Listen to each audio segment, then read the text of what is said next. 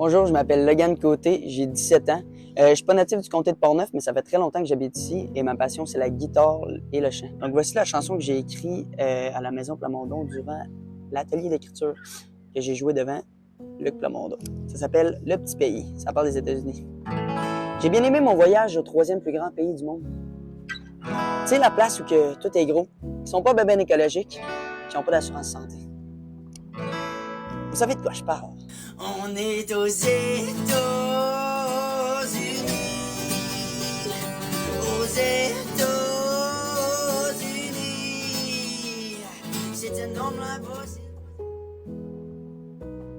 Donc ma passion, c'est la guitare et le chant, que j'en fais depuis tout petit. Et puis j'aimerais ça peut-être être chansonnier et faire des compositions, me faire connaître par là. Je fais principalement de la musique québécoise, mais j'aime aussi faire de la musique anglaise un petit peu. J'en fais moins parce que c'est moi mon style. Le québécois, c'est notre culture, c'est le Québec. C'est ce que j'aime, c'est ce que j'aime faire, c'est ce que je vais faire toute ma vie. Évidemment, là, c'est ça que je veux faire des compositions aussi du québécois. Continuer la lignée des colocs, des cowboys fringants, de Bob Bissonnette, d'Horloge Chimard, de tout ça. Donc, depuis tout petit, je joue de la guitare, mais avant, je jouais plus de guitare électrique. Maintenant, c'est plus acoustique. J'ai convergé vers là parce que chansonnier, c'est principalement ça, acoustique. Mais là, je retourne tranquillement vers l'électrique. Je commence à regarder ça. Je m'en ai acheté une récemment.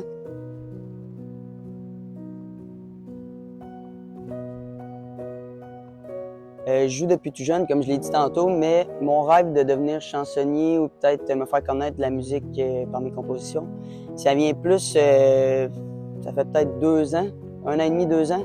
Avant, je faisais juste de la guitare électrique. Maintenant, je chante, je m'ai déjà aîné un peu. Une petite anecdote, si on est en spectacle, si on est à 4, je pense, j'ai juste fait de la guitare électrique, puis si on est à 5, mon père m'a convaincu, il dit « Non, tu vas aller le faire, tu vas aller chanter, je suis sûr, t'es capable, non. » Finalement, je m'ai pratiqué, puis j'ai chanté la rue principale des colocs à si on est en spectacle, tout le monde aimait ça, fait que j'ai continué là-dedans. J'ai continué à apprendre des tunes québécoises, des tunes des colocs, tout ça. Puis ça fait principalement, comme je disais, 2 ans que je veux faire ça. Je veux que ça fasse partie de ma vie.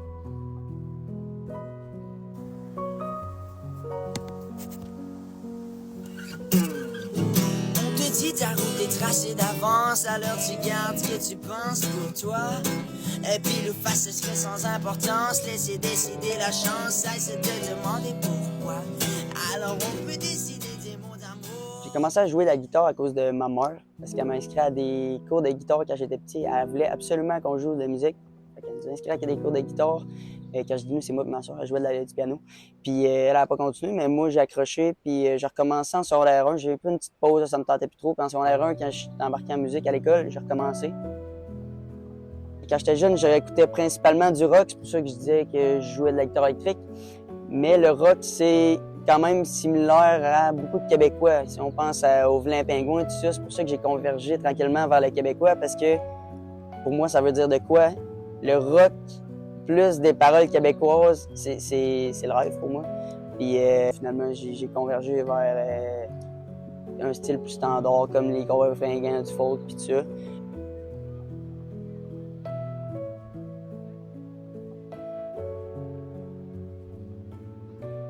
Ce que j'aime principalement dans ma passion, c'est de faire sourire le monde, c'est que le monde embarque avec moi. Jouer de la musique autour d'un feu ou dans un bar, whatever, le monde embarque, le monde chante, j'aime ça les rendre heureux, moi c'est ce que j'aime.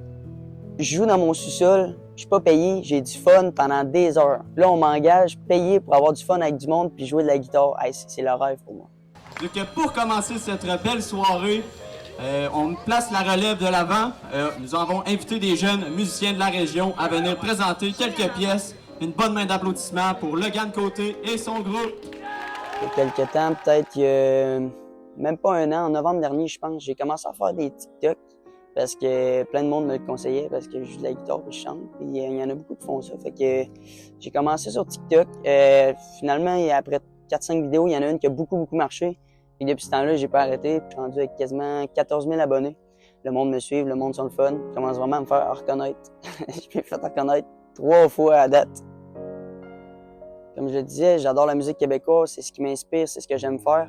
Mes idoles là-dedans, c'est principalement Dédé Fortin, Émile Bilodeau, Carl Tremblay, Patrice Michaud, Plume la Traverse. Caïn, tous ces groupes-là qui m'ont inspiré depuis tout jeune, que je joue chaque jour. J'aimerais ça peut-être avoir un groupe comme eux plus tard, peut-être, je sais pas. L'avenir nous le dira. Puis sinon, mon père me pousse dans tout ce que je fais. C'est mon plus grand fan. C'est lui qui me pousse à tout faire dans la vie. Puis je le remercierai jamais assez de me pousser à faire tout ça, même si des fois je suis gêné puis ça me tente pas. Ben lui, il me dit de le faire, puis après ça, ben je suis content parce que je l'ai fait. Alors, on start ça tout de suite, on va parler un peu après. Désolé.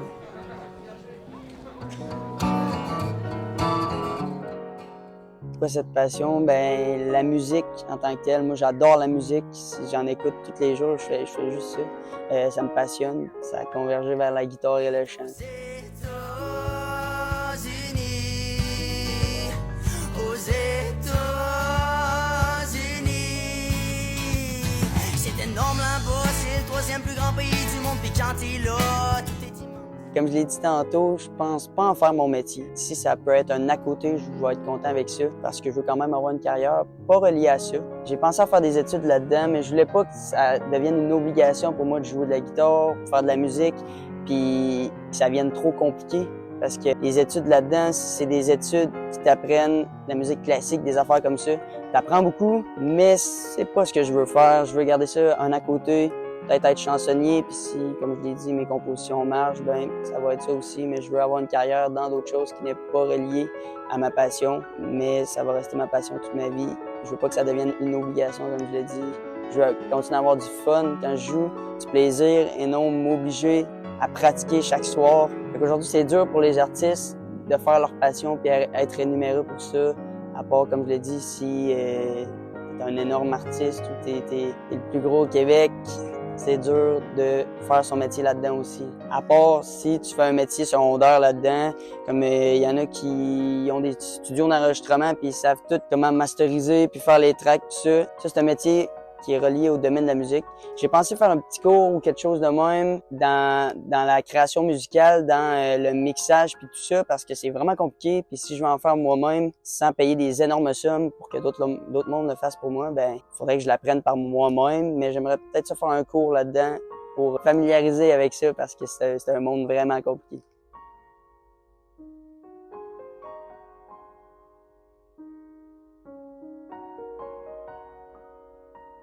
Quand j'ai fait secondaire spectacle, en secondaire 5, la première fois que j'ai joué la guitare et chanté devant du monde, c'est très stressant. J'ai gagné un prix qui s'appelle la Maison Plamondon. C'est à Saint-Raymond. C'est une maison dédiée à la musique et à la création.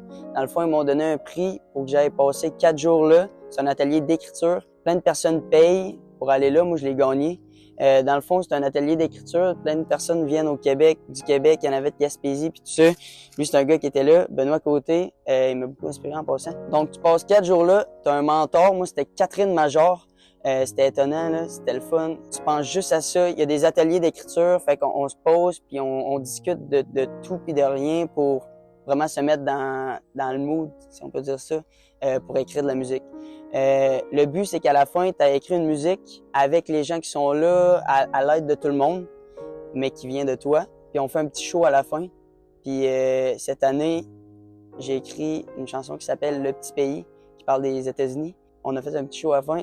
Puis Luc Plamondon est venu nous voir en spectacle. Donc c'était vraiment une expérience cool à vivre. On est aux États-Unis, aux États-Unis. C'est énorme là-bas, c'est le troisième plus grand pays du monde. Puis quand t'es là, tout est immense. J'arrive chez McDo, je dis je veux un Pepsi. Il me donne un 2 litres, je pense qu'il a mal compris. On est aux États-Unis. Aux États-Unis, on est aux États-Unis, aux États-Unis, où rien n'est petit. Pas quelqu'un de gêné dans la vie, mais c'est pareil gênant de se dévoiler à tout le monde comme ça, de chanter devant du monde puis avoir confiance en soi là-dedans. C'était plutôt ça la plus grande difficulté que j'ai eue, c'est de développer ma gêne puis être capable de jouer devant du monde sans être gêné. Maintenant, je suis content, j'aime ça jouer pour le monde, puis je suis plus gêné, je suis plus stressé, Ça me fait plaisir tant qu'eux, ils ont du plaisir.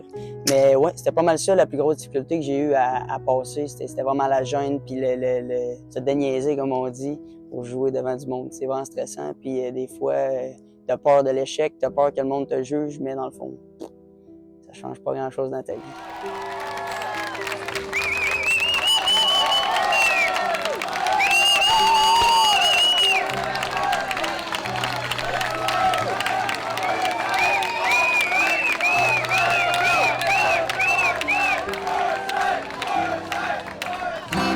J'ai-tu le droit, papa? Non.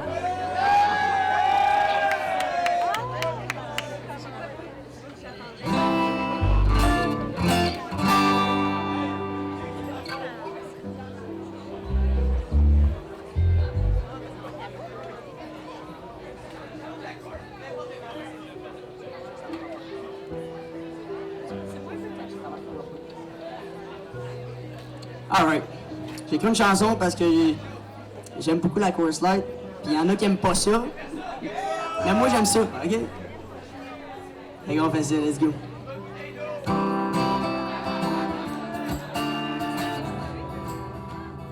Qu'est-ce que je redoute le plus? Ben, il y a pas grand-chose parce que, comme je l'ai dit tantôt, je veux pas faire ça de ma vie, puis si ça marche pas, ben ça marche pas. Puis si ça marche, ben ça marche. Fait que pour moi, ça me va. Comme je l'ai dit tantôt, qu'est-ce qui m'a poussé à devenir chansonnier puis jouer de la guitare et chanter? C'est principalement mes parents qui m'ont poussé à faire ça, mais aussi la passion envers la musique, la culture québécoise, les artistes que tout le monde connaît. Je suis principalement chansonnier parce que j'aime ça, faire plaisir aux gens qui aient du plaisir avec moi, qui aient du fun, comme on dit, chanter, danser. Pour moi, c'est ça qui est le fun. Mais depuis quelques temps aussi, je compose, puis c'est un autre aspect de la musique qui est intéressant parce que c'est de la création, ça vient de toi. Tu peux vraiment t'exprimer avec tes mots, jouer la musique que t'aimes parce que ça vient de toi. Mais j'aime plus interpréter. Mais je commence à beaucoup aussi créer. Je trouve ça le fun, mettre des aspects de ma vie dans des chansons, puis que le monde comprenne que c'est moi, puis que ça vient de moi.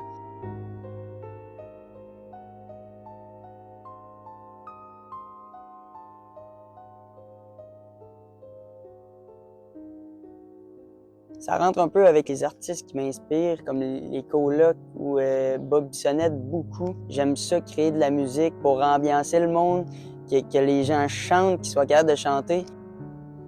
Mon style musical, je dirais, ça rejoint beaucoup le genre à Émile Bilodeau, du parler, passer un message à travers les chansons que j'écris. C'est principalement ce que j'essaie de rechercher. Et puis, j'aime ça le rock aussi. Peut-être que ça serait quelque chose que je pourrais envisager de faire des compositions plus rock'n'roll, tout en chantant en français, bien sûr. Mais les deux en même temps, c'est compliqué, là. Jouer des riffs de guitare en même temps de chanter, c'est compliqué. Pour l'instant, je reste à la guitare acoustique, mais j'aimerais ça tout visiter comme plein de groupes au Québec qui font du rock, qui font du folklore, qui ont des tunes différentes. Je reparle de Bob Bissonnette, qui a des tunes tristes, des tunes de brosse, comme on dit, des tunes de bière. Il fait aussi des tunes rock. Qu'est-ce que j'aimerais peut-être envisager de faire, mais je ne sais pas encore.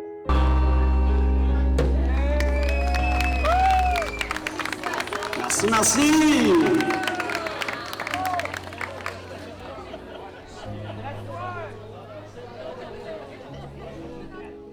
La musique joue un rôle très important au Québec, puis à travers le monde aussi, on s'entend, mais au Québec principalement parce que tous les artistes qui font du québécois essaient de passer des messages à travers leurs chansons, puis ça, c'est vraiment rassembleur, là. Qui passe pas une journée sans écouter de la musique qu'il aime ou quelque chose, puis si t'aimes une musique, c'est parce que ça te fait sourire, tu comprends quelque chose en l'air de cette musique-là. La musique est aussi très rassembleur. Prendre une bière autour des cowboys fringants, écouter de la musique, aller à des shows de musique, tu fais ça avec des amis, tu as du fun. Je pense que les jeunes aiment plus la musique maintenant à cause que c'est facile d'accès, sites d'écoute comme Apple Music, Spotify et tout ça. C'est facile d'aller chercher des nouveaux artistes, peser sur un album puis écouter de la musique. Je pense que la plupart des jeunes écoutent quand même plus de musique anglais, country, tout ça. Tout le monde a une petite partie de soi qui aime le québécois parce que c'est notre culture, comme je le disais tantôt, c'est nous.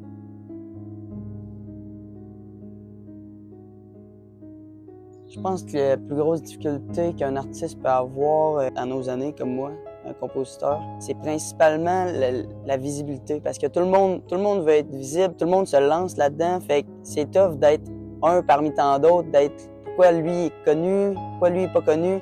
Ça va dépendre des compositions que tu fais, ça va dépendre de ton style. Est-ce que le monde aime ça?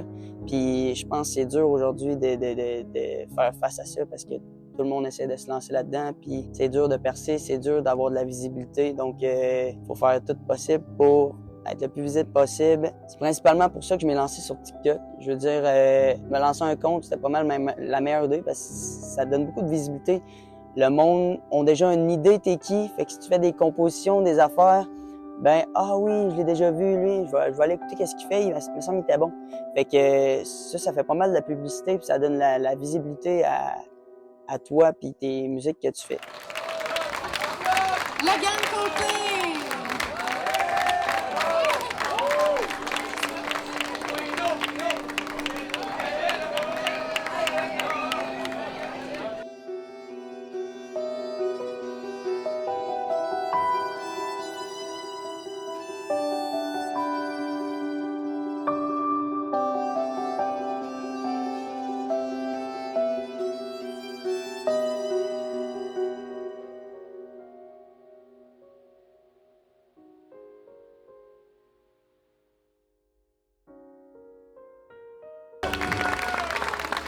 Hey, comment ça va, Saint-Raymond? Comment ça va?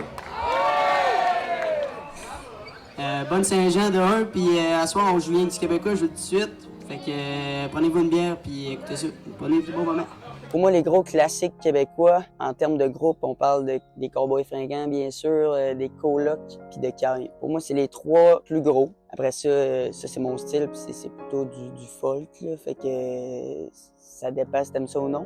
Mais les plus gros morceaux, je pense que ça va être L'Amérique qui pleure. La rue principale des Colocs, tout le monde connaît ça, tout le monde chante ça. Ensuite de ça, Embarque ma belle. C'est un monument, tout le monde connaît ça, juste le riff du départ. Là. Je joue pas mal tout le temps ça à toutes mes shows. Là. La rue principale puis Embarque ma belle. Tout le monde connaît ça, tout le monde chante, c'est le fun. Fait que le 3/4 du temps, je les joue à mes shows. Sinon, on parle de Bob Bissonnette, Toune de bière, gros classique. Tout le monde connaît ça.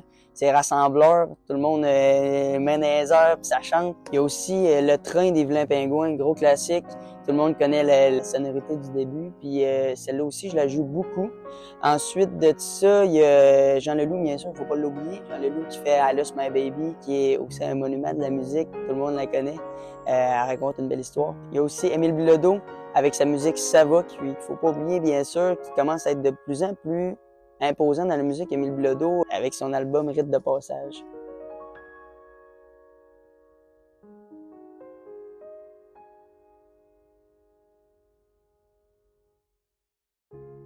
Comment je choisis mes setlists? J'essaye de faire les chansons que j'aime dans le moment présent, dans le sens que les chansons que j'ai trop jouées, ben, ça me tentera plus de les jouer, parce que ça me tente de jouer des nouvelles chansons.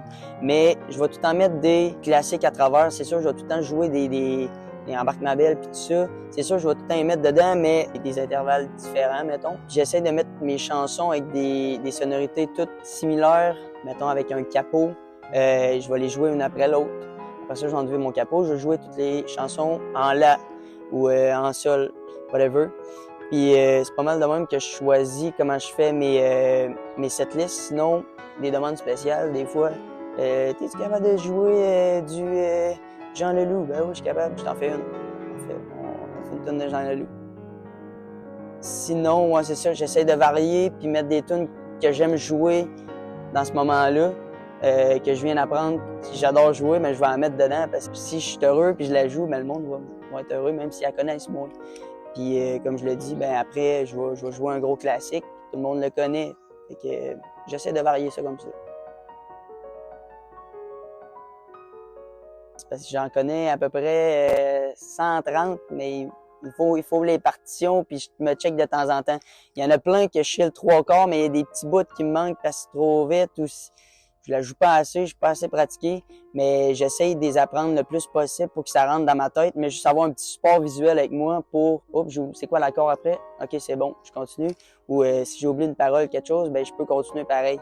Mais pour des shows comme là, je fais un spectacle à la Saint-Jean dans pas long, ben j'essaie de tous les apprendre par cœur comme ça, pas d'iPad, Je sais mes affaires, je sais comment vont toutes les tunes, les paroles, les accords pour ne pas me tromper puis faire ça le plus moi-même possible sans regarder les partitions puis être stressé puis pas savoir trop où je m'en vais. Fait que j'essaie de les apprendre par cœur pour savoir où je m'en vais justement puis que ça soit ça accroche. Donc l'an passé, à cause de son rang spectacle, Samuel de la ville de Saint-Raymond m'a contacté pour que j'aille jouer 2 chansons que j'avais jouées à son rang spectacle. À un show de Saint-Jean. Là, il pleuvait, fait qu'on l'a fait en dedans. Il y avait peut-être 75 personnes, mais cette année, il m'a recontacté pour faire un 1 heure complet de show avant un groupe plus gros. J'étais avec un bassiste, mon ami, puis sa copine qui joue de l'harmonica puis de la trompette. Donc, c'est vraiment intéressant pour tout ce qui est québécois, là, ça fait vraiment là-dedans. Quand j'interprète des chansons, j'essaie de le faire le plus possible à ma manière parce que c'est moi. Mon père me le dit tout le temps, à chaque fois que je joue une chanson, il dit « Mets-la plus à ta sauce, mets-la plus à ta sauce. Tu l'as bien, ton style il est bon, mets-la plus à ta sauce. » Je vais peut-être changer le strumming un petit peu, mais je vais garder les mêmes paroles puis je vais chanter à leur manière. Pareil, veut pas, parce que c'est eux autres qui l'ont écrit. Mais j'essaie de le mettre quand même à ma sauce, avec des fois varier peut-être une petite parole ou deux, prendre les gens pour mettre une petite touche à ma manière. OK, encore du coloc. Comment j'apprends mes chansons? Ben ça dépend. En français, ça va être plus facile parce que j'écoute beaucoup plus de français. Fait que si j'accroche sur une tune, ben, je vais l'écouter à un moment donné, je vais l'apprendre. Puis la guitare, ça vient tout seul, c'est facile. Mais les paroles, c'est plus long. Apprendre à comment le gars il dit, comment la personne formule les phrases, la vitesse, puis tout ça, puis apprendre les paroles, bien évidemment. Mais en anglais, c'est pas mal plus dur, par exemple. Je suis moins habitué d'anglais, puis je comprends pas tout ce qu'ils disent, fait que c'est plus dur pour moi, c'est sûr. Puis j'écoute moins d'anglais, fait que c'est plus long à apprendre. Donc, comment j'apprends les chansons? Ben, en anglais, je m'oblige à l'écouter. Puis je m'installe le soir, je l'écoute, je chante par-dessus. Puis je sors ma guitare, j'essaie de le faire tout seul. Faut vraiment que je le pratique beaucoup, puis c'est long, puis je le refais le lendemain, puis je le refais le lendemain.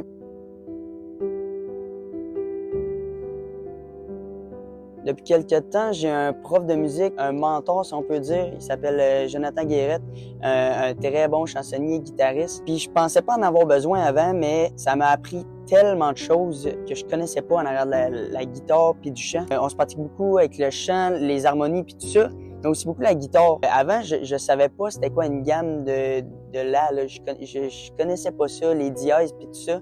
Donc il m'a vraiment appris à comprendre ce qu'il y a en arrière de ce que je faisais. Pour la composition, c'est très, très avantageux aussi parce que tu sais où tu t'en vas, puis tu sais quand faire le bon accord, tu sais qu'est-ce que tu peux jouer par-dessus comme note. Donc, les cours de musique, je pensais que c'était pas essentiel, mais c'est quand même essentiel pour quelqu'un qui veut commencer, quelqu'un qui veut se starter là-dedans. Là, je dirais que c'est pas mal un must. Aux jeunes, moi, je leur dirais... Je dis aux jeunes, comme si j'étais pas jeune, mais aux autres qui veulent se starter là-dedans. Ça peut être un vieux, ça peut être un jeune, il faut juste pas être gêné. Même s'il y en a qui vont pas aimer ça, c'est sûr, mais il y en a qui vont aimer ça. Fait que il faut pas que tu aies peur, mais à un moment donné, tu vas traverser une barrière que t'auras plus de gêne, puis ça va être fluide. J'en ai des amis qui essaient de se starter là-dedans, puis je leur dis, let's go, aie pas peur, chante devant le monde, ça va te dégêner, l'imparté, c'est là que c'est le temps de jouer puis de pratiquer à ne pas être gêné. Je leur dirais aussi de faire le plus de publicité possible, être le plus visible possible, prendre toutes les chances qu'il y a parce qu'à un moment donné, il y a une des chances qui va te faire monter, qui va t'apprendre des affaires tout le temps. C'est pour ça que je fais un TikTok, c'est pour ça que je fais des TikTok aussi, c'est de la visibilité. C'est tout le temps pratique de prendre le plus d'occasions possible puis à un moment donné, tu vas toucher quelque chose qui va te faire avancer encore plus. C'est ça, Ramon. Vous êtes le fun, ça chante. Plus en avant ici, là, mais...